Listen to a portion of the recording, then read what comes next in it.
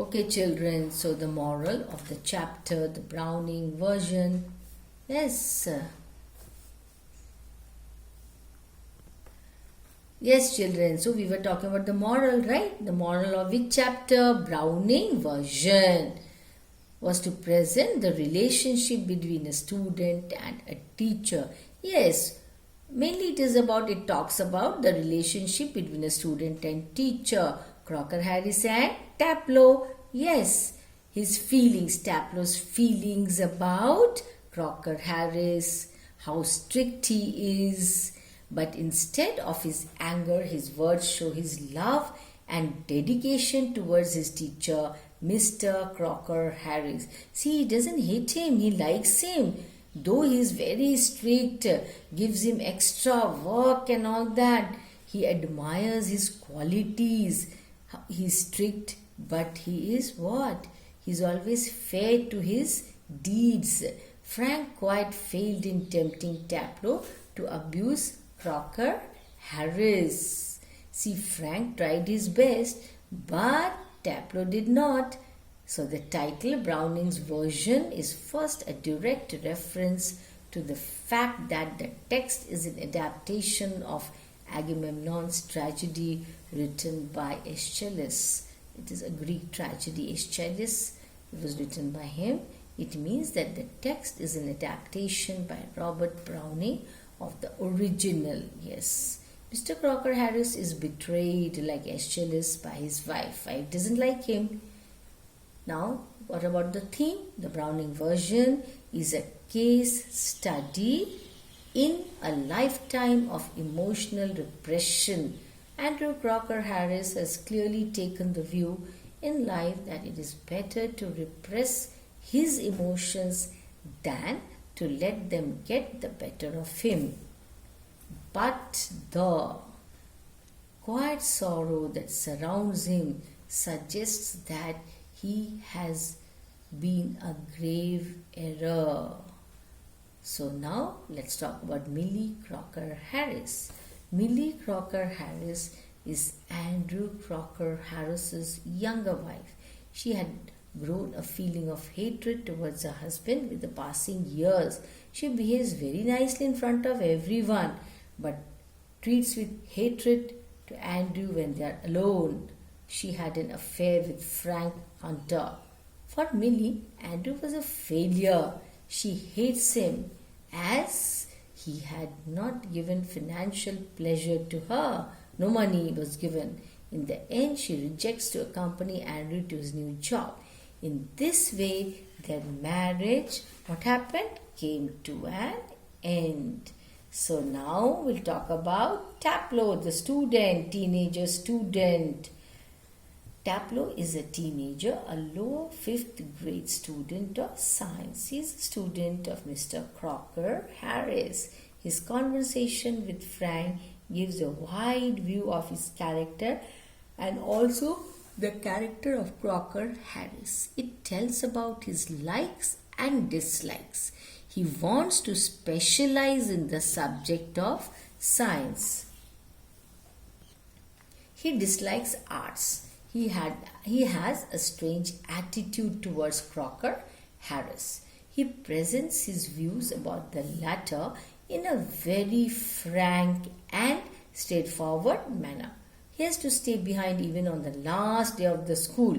Mr. Crocker Harris has given him extra work. Extra work is sort of a punishment actually to do because he had been ill for a day during the week and missed the class. See, he was ill, so it's not his fault, is it? But still, it means Crocker Harris is so strict. Yes, so he has called him for extra work. It is already very late. Mr. Crocker Harris has not come yet.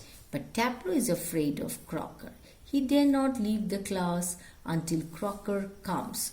Although he is afraid of Crocker, he doesn't dislike him. See, he is so afraid of him, yet he respects him, he likes him, he laughs at Crocker's poor joke only out of respect. We can say that Taplow is a very obedient student. Mr. Crocker Harris is a middle-aged senior teacher in the same school where Frank is also a teacher. Mr. Harris teaches Latin to students. He's a very strict teacher and enjoys an admirable command over his students. He follows rules and regulations meticulously.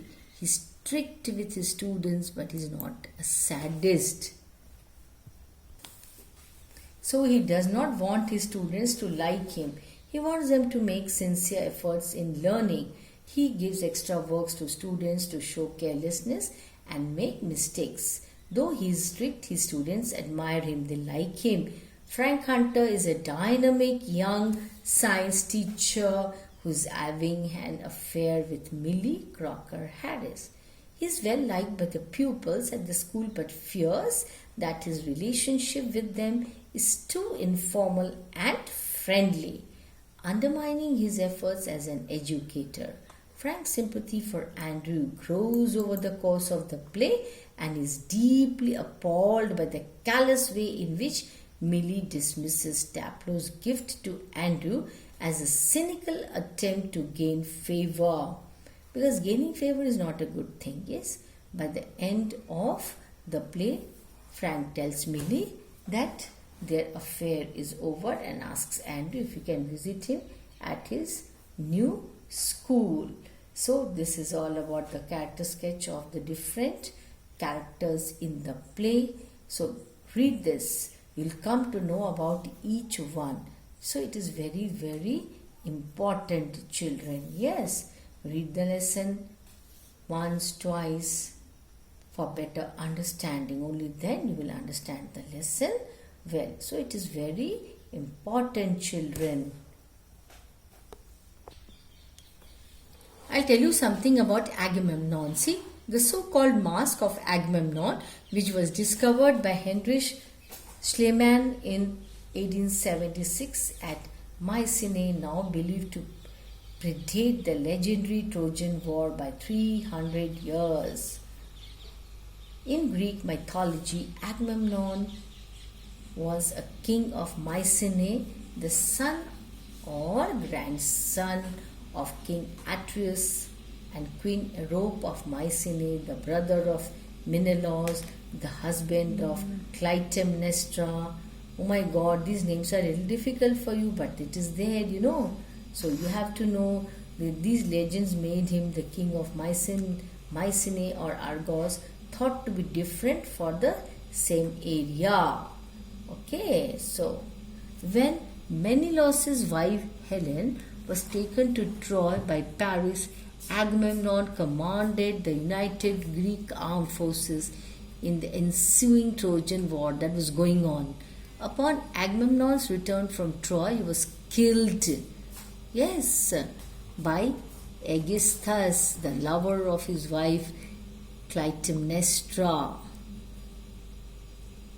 In old versions of the story, the scene of the murder, when it is specified, is usually the house of Aegisthus, who has not taken up residence in Agamemnon's palace, and it involves an ambush and the deaths of Agamemnon's followers as well, or it seems to be an ancestral home of both Agamemnon and Aegisthus, since Agamemnon's wife is stated to be there as well, and Agamemnon was said to have wept and kissed the land of his birth.